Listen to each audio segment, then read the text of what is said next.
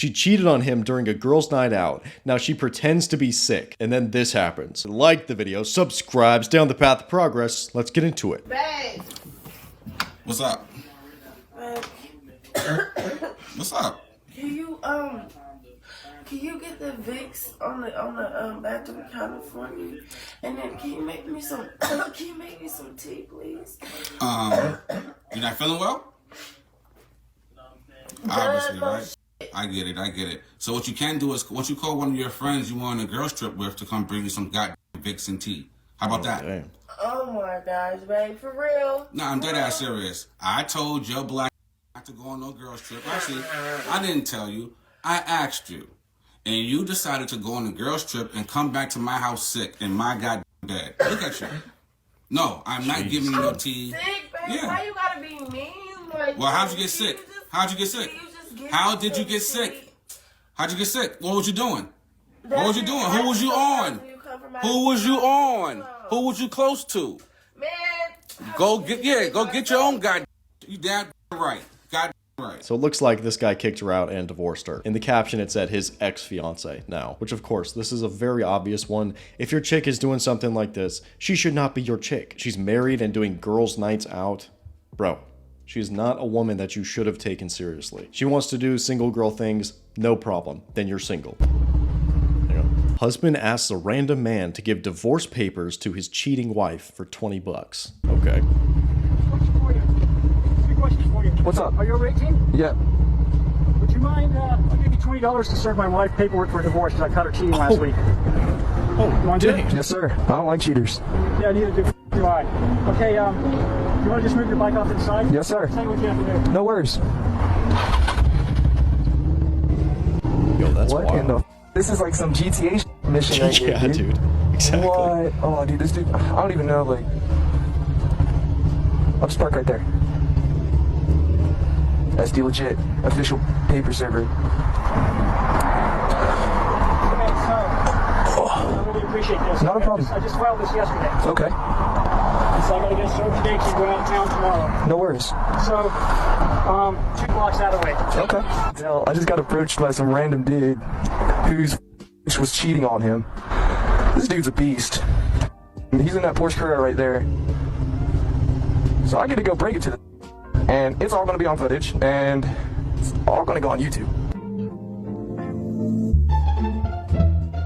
Who's at the door now?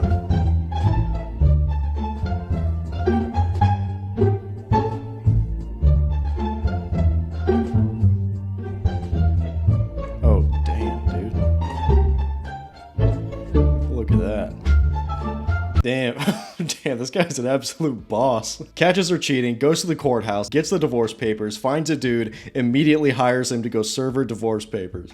Damn, what an absolute G that this guy is. Bing, bang, boom, easy, simple, perfect, my dude. What is one thing that is a deal breaker for you, but it's kind of petty? Meaning, don't comment, oh, if a woman cheats.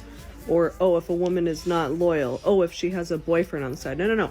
Something petty like, oh, she's a picky eater. Or maybe she has kids. Or maybe she has a best guy friend. Even That's something as petty. petty as, like, you don't like the way she decorates her house.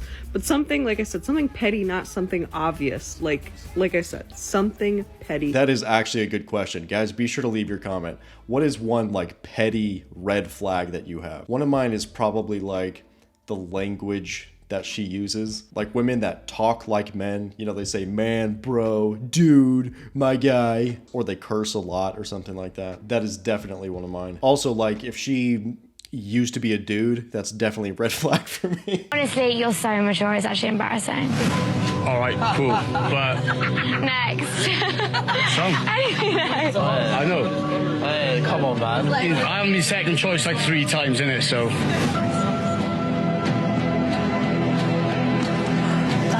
Did you hear what he just said? What? He said, say that again. What did he say? Go on, what? Jess, what did he say? Go on, say it, go on. Go on, say it. I said you're the one that's been second choice like 3 times in it, so... His first choice now, like, bubble. Yeah, shit. This simp comes in. Honestly, you, Kieran, generally. You wish. Oh my god. Well, the thing is, it's tap, people give it and people take it, so it is what it is. You give it, you gotta be able to take it. Sometimes people say things that aren't very nice. Babe, no, because I'm not being funny, she's crying. Woo. She can dish it out, but she can't take it, bro. It wasn't even that bad of a comment. But damn, bro, don't throw rocks from a glass house. So, tell me about yourself. Will you promise you won't judge? What? I ain't no little boy. Like, what am I gonna judge for?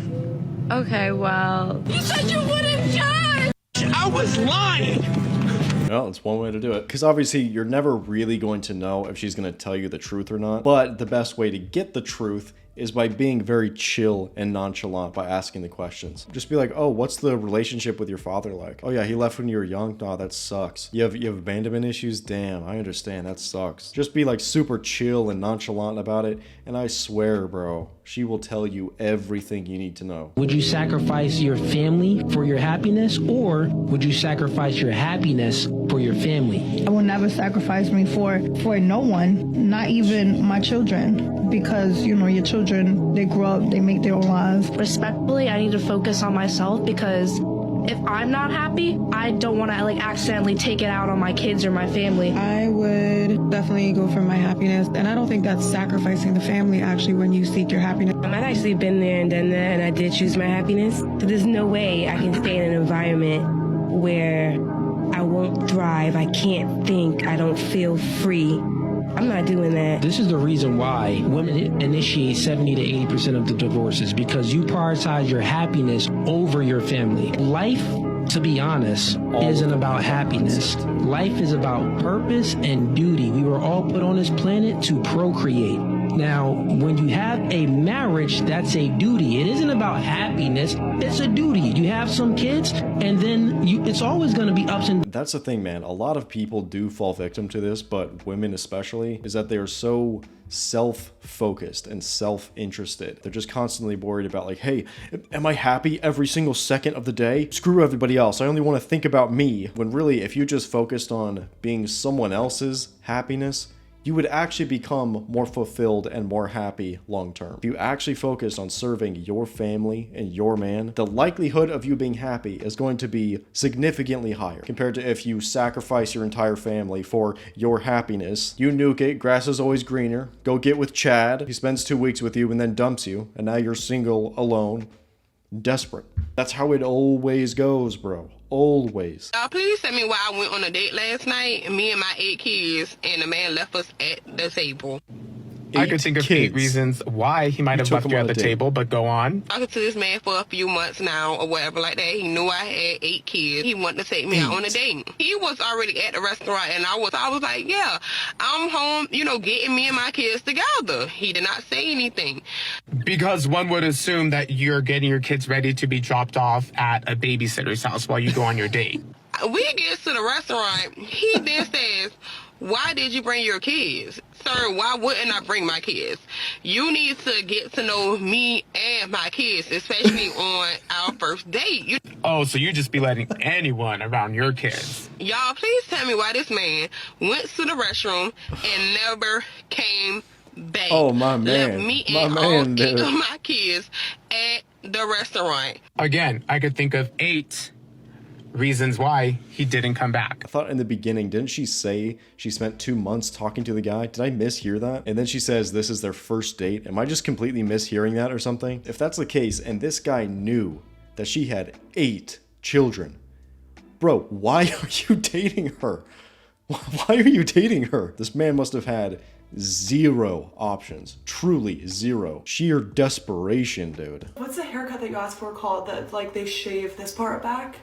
That's just my hairline receding. Oh. Easiest way is to humble. Oh, okay. I thought you got it cut like that. No. Oh. I love, like, how much free time you have, you know? Like, my ex, he was in the gym 24/7, like, always trying to get super big. And it's like, I'd rather have someone with a dad bod. Like, not someone that's super buff and, like, toned and muscular. Like, I want the time with you instead. It's more valuable to me. Oh, no, I didn't finish. But honestly, like, it takes so much. Like, you have to, like, last a really long time. So it's, like, not your fault at all. And honestly, only a few guys have been able to do it. So don't feel bad.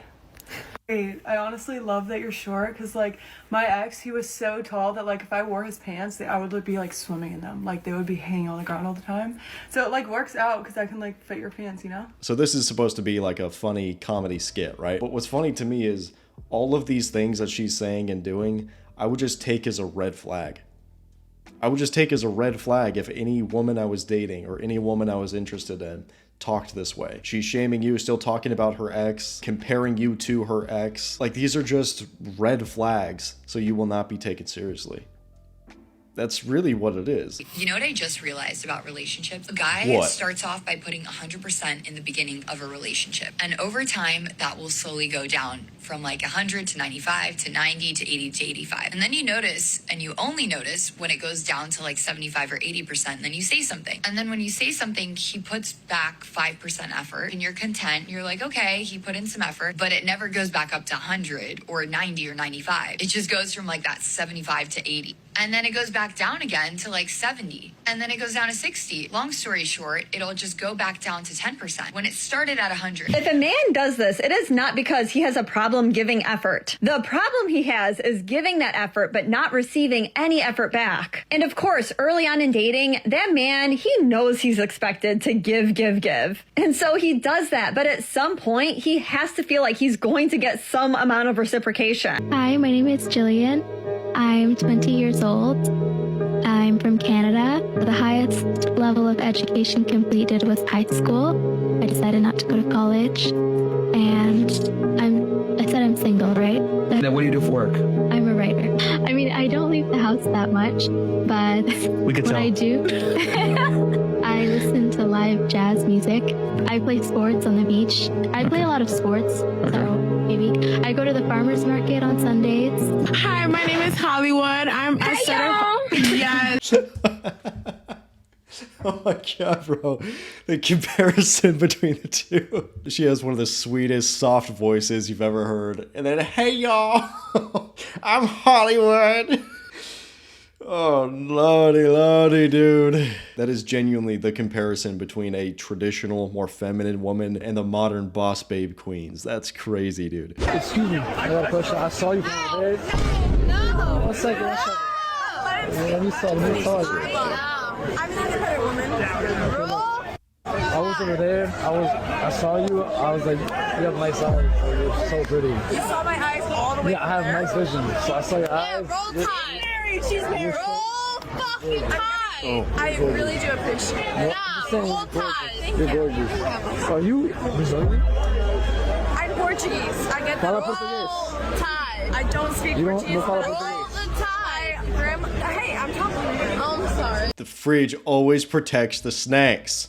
This is a fact of reality. It's always the fridge, dude. Oh my god. She was so mad. I learned a lot about women. I think I learned exactly how the fall of man occurred in the Garden of Eden. Adam and Eve were in the Garden of Eden, and Adam said one day, wow, Eve, here we are at one with nature, at one with God. We'll never age, we'll never die. And all our dreams come true the instant that we have them. And Eve said, yeah, it's just not enough, is it?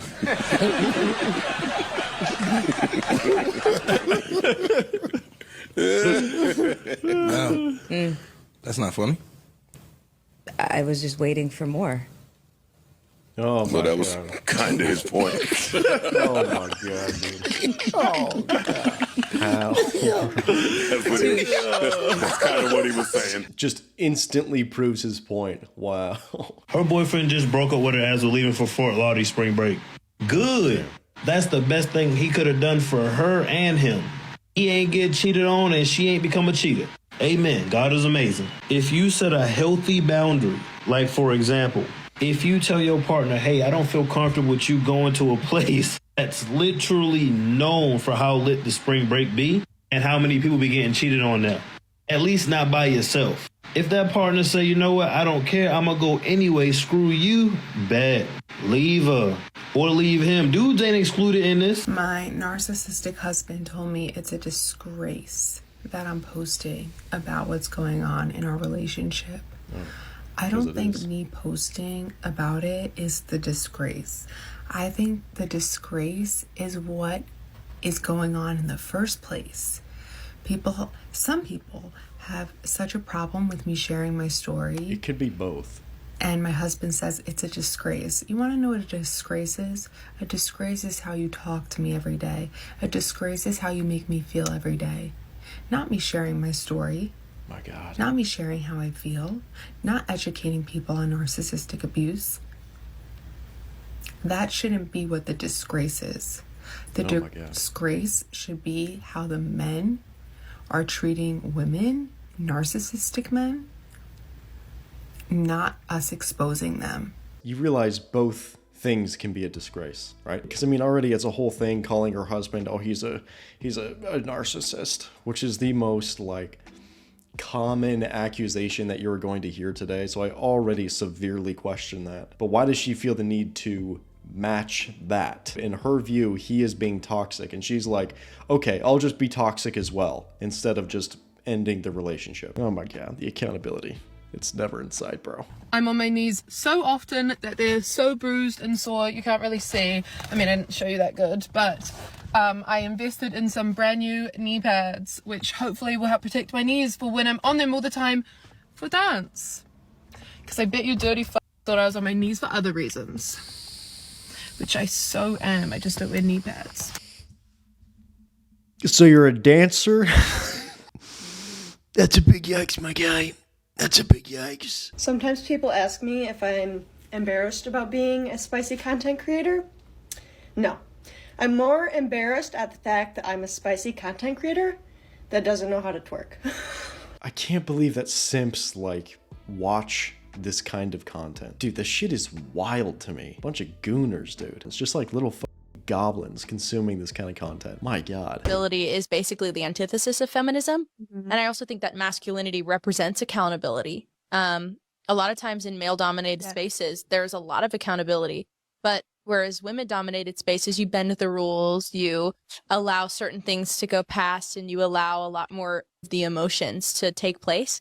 And while that's great in some aspects when it's complemented with masculinity, because I don't want people to get the vibe that we're just dogging on femininity. Right. We're dogging on the fact that feminism doesn't hold people accountable and doesn't ever protect women's actual mental stability. It just encourages mental instability because feminism profits off of that mental instability.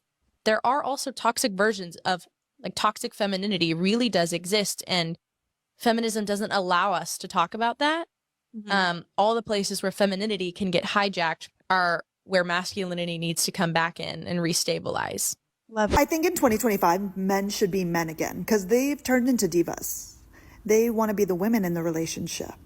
They said, but you didn't text me first. I'm sorry, what, princess? So men wanting to see equal effort from the woman that they're seeing is now seen as being a diva. Oh, he's in his feminine. He wants me to talk to him.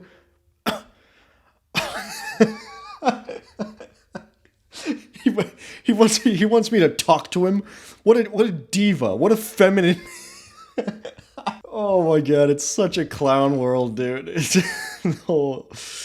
a whole circus, dude. This might piss some people off. If you are a man who is afraid of commitment, afraid of marriage, afraid to do the hard thing, that is extremely unmanly, and I don't consider you a masculine man. Masculine men don't run from pressure. They don't run from difficult things. Imagine if in the hunter-gatherer days, they ran away from hunting a bison because it was too difficult, and the pressure got to them. Your village would die. So when you as a man are running from responsibility, from pressure, from commitment, and from extending your literal blood lineage, you're not a man, you're a boy.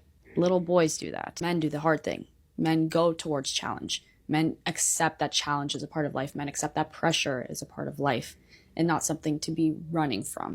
And hey, if you want to be like that, the world is your oyster. No one's telling you to stop, but don't call yourself something that you're not, a man. So recognizing something as a bad deal is not cowardice. It is just accepting that it is a bad deal. This is the offer that's being put on the table in most marriage situations. 30 years old, a body count of at least 10 to 15. You have to accept some level of debt, some level of extra weight, some level of boss babe feminist mindset. You have to accept the fact that she more than likely has an inherent disdain for men. You have to accept the fact that if she gets a little bit emotional for a couple months, she can just nuke your relationship out of nowhere. You have to accept the fact that 50% of marriages end in divorce and 80% of them are initiated by women. So you have to accept all of this. And men see this and they're now just going, oh, That's just not a good deal. If someone came to you and asked you, they said, hey man, I will buy your car, your Honda Civic, for 5 blueberries and 10 cents. You would be like, no, this is just a bad deal. You are not a coward for rejecting 10 blueberries and some change. But this is how the women operate, bro. You don't do what they want you to do, so they just shame you. That's what it is. Like the video, subscribe, stay on the path of progress. I'll see you later.